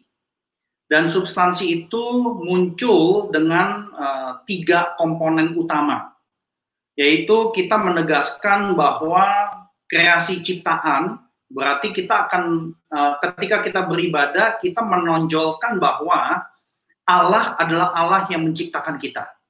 Allah adalah Allah yang memberikan kita hidup. Allah adalah Allah yang mengundang kita untuk berelasi dengannya. Jadi itu muncul di panggilan ibadah dan kemudian bisa ada respons doa dan puji-pujian. Jadi saya kira bagian kreasi ini penting sekali karena banyak sekali di dalam gereja sebenarnya orang-orang itu bergumul dengan isu identitas. Ya, dan ini bukan cuma terjadi untuk saudara-saudari kita remaja, tetapi juga buat yang pensiunan, ya, buat bapak ibu usia lanjut, isu pergumulan identitas, dulu menghasilkan, sekarang tidak menghasilkan, ini isu yang berkaitan dengan Allah sebagai pencipta. Kalau Allah mengadakan kita, berarti Allah punya purpose. Nah, saya kira ini perlu ditonjolkan di bagian awal ibadah yang muncul dengan 2 komponen. Jadi akan sangat pendek sekali. Tentu, sekali lagi di dalam konteks kita sekarang, puji-pujian di situ tidak harus seperti sebelumnya ya. Full band, full musik, tidak harus seperti itu. Simple tetapi substantif. Dan kemudian komponen kedua yang penting adalah inkarnasi. Ini menegaskan bahwa Allah yang menciptakan kita adalah Allah yang mau turun jadi sama dengan kita. Saya kira komponen inkarnasi itu sentralnya adalah salib Kristus, di mana kristologi itu menjadi pusat dan tentu firman, baik itu firman yang diberitakan, dibacakan, dipaparkan lewat khotbah, atau sebenarnya ada satu komponen penting lainnya yaitu perjamuan. Cuma saya nggak akan sempat bahas mengenai hal tersebut. Dan yang terakhir adalah rekreasi. Ya, dalam hal ini adalah pencipta baru, langit baru dan bumi baru. Jadi apa yang kita alami di dalam ibadah itu punya satu trajektori, punya satu pandangan ke masa depan, bahwa segala sesuatu yang terjadi sekarang Tuhan akan bereskan, ya. Dan ketika itu terjadi, ya kita merespons dengan komitmen, dengan pengakuan iman. Dan terakhir kita menutup ibadah dengan respons inkarnasional, yaitu syafaat. Dan tentu ujungnya adalah berkat. Saya kira itu semoga bisa menjawab untuk pertanyaan saudara kita yang terakhir. Dan saya percaya dengan struktur tadi bisa lebih pendek dari biasanya. Ya. Sangat membantu sekali Pak, diberikan satu arahan ya, supaya kita juga ada satu guideline untuk memasuki new normal, ataupun juga untuk ini ibadah di rumah. Saya percaya kita semua mendapatkan banyak pelajaran rohani berharga, sesuatu yang berharga lewat acara Kopi Online ini. Sebelumnya kita akan melihat respon terlebih dahulu dari beberapa saudara-saudari kita terhadap Kopi Online hari ini. Yang pertama dari Ibu Lincie Yang. Terima kasih rekan-rekan moderator dan conquerors, sangat memberkati. Memang sulitnya 7 kali lipat mempersiapkan ibadah online. Kiranya kita semua dapat mempraktekkan Coram Deo dalam hidup kita. Thank you. Nah, yang berikutnya respon dari dari Bapak Gembala kita nih. Bapak Gembala Umum kita, Bapak Pendeta William Lim. Terima kasih untuk pelayanan Pendeta Budianto, Penginjil Lydia dan Penginjil Ivan sebagai pembicara, dan juga kepada Penginjil Esther dan Penginjil David sebagai moderator. God bless you. Terima kasih. Dan dari Ibu Leona Margaret, terima kasih kepada Pak Budianto, Ibu Lydia, dan Pak Ivan atas pemaparannya, sangat menolong sekali. Dan terima kasih juga untuk Ibu Esther dan Pak David Aden. Thank you buat seluruh tim Mulmed. God bless you all. Nah, sebelum kita menutup sesi kita secara keseluruhan, saya ingin mengingatkan kepada para pemirsa sekalian bahwa minggu depan kita masih ada kopi yang kelima ya, kopi yang kelima. Nah, kopi yang kelima ini bekerja sama dengan Persekutuan Filemon, akan menghadirkan Bapak Dr. Andes Kresnayana Yahya, Master of Science. Beliau adalah seorang analis bisnis dan pakar statistik. Tema yang akan diambil adalah tantangan pengusaha dalam menghadapi new normal. Di jam yang sama, di hari yang sama, mari kita bersama-sama mengikuti kopi yang kelima ya. Kamis 18 Juni jam 7 malam sampai dengan setengah 9 malam dengan moderator Bapak Surya Tamara dan Bapak Albert Pratiknyo. Ya, be there, saksikan kopi yang kelima minggu yang akan datang. Hari ini semua kita merasa terberkati ya Pak David ya. Yeah. Kita diingatkan terus-menerus, kita semua diciptakan dengan satu tujuan untuk memuliakan nama Tuhan, Soli Deo Gloria. Dan seperti yang sudah kita pelajari pada hari ini, bahwa kita harus hidup di hadapan Allah, hadirat Allah, Coram Deo, dengan menghadirkan Kristus sebagai pusat ibadah kita. Coram Christo, dan segala kemuliaan hanya bagi Tuhan. Terima kasih untuk para narasumber kita atas waktu dan kesempatan yang berharga dalam mengisi acara kopi online kita pada malam hari ini.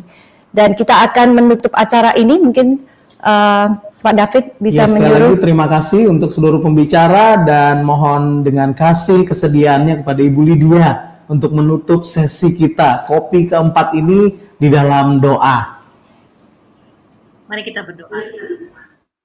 Bapa yang di surga, kami mengucapkan syukur karena Engkau mengasihi kami dari kekekalan sampai kekekalan, dan Engkau mengasihi kami dengan kasih yang tidak bersyarat. Kami mengucap syukur di dalam usaha kami, pergumulan kami, segala kesulitan, segala inconvenient, dan segala kejatuhan kami. Engkau tetap mengasihi kami dan memberikan kepada kami anugerah untuk belajar sekali lagi apa yang menjadi hatimu, hatimu yang rindu untuk menjumpai kami, untuk menyapa kami, untuk menguatkan kami, untuk menghibur kami. Ya Bapa di surga, kami berdoa melalui kasih-Mu yang besar itu, kiranya kami boleh mengalami benar bagaimana Engkau mengasihi kami, berfirman kepada kami, dan ajar kami untuk mengasihi-Mu kembali dengan kasih yang berkobar-kobar. Kami berdoa kiranya untuk setiap kami yang telah mengikuti kopi online ini, kami belajar untuk menjalani kehidupan mulai malam ini. Apa artinya Coram Deo? Apa artinya menyelesaikan malam ini di hadapan-Mu, dan mempunyai komitmen baru, membangun new normal yang baru, yang sungguh-sungguh boleh menjadi persembahan hati kami, persembahan hidup kami untuk memuliakan Engkau. Dan di dalam semua tekad ini, biarlah kami mengalami Engkaulah yang memberikan kemauan yang kuat itu untuk meresponi kasih-Mu lewat perbuatan kami. Dan sungguh kiranya kami boleh belajar sungguh-sungguh mulai malam ini menikmati Engkau, menghormati Engkau, memuliakan Engkau. Kami mengucap syukur dan berdoa di dalam nama Tuhan Yesus Kristus. Amin. Amin. Amin. Ya, terima kasih juga kepada para pemirsa yang telah mengikuti acara kita di sepanjang malam hari ini. Nah, sampai jumpa di acara kopi kita yang berikutnya, dan kiranya segala kemuliaan hanya bagi Tuhan kita Yesus Kristus. Sampai jumpa. Sampai jumpa. Tuhan memberkati.